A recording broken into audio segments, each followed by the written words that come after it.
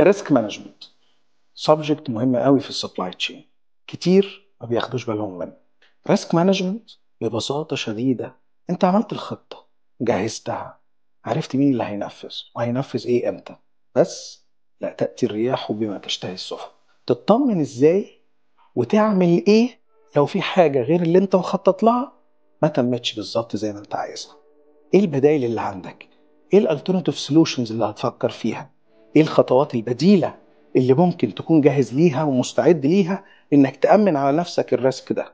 خطوه مهمه جدا في السبلاي تشين. على سبيل المثال، رايح اودي بضاعه لكلاينت وما لقيتش عربيات تكفي، رايح اودي لعميل اوردر ولقيت اني مش هلحق اكون موجود في الميعاد، محتاج نخرج كميات معينه من البضاعه بس الكاباسيتي بتاعه البرودكشن لاينز ما تقدرش تغطيها. عندي انكامينج سبلاير كان المفروض انه يجي لي في ميعاد معين، ما قدرش انه يوفي بالميعاد اللي هو جاي فيه البضاعه.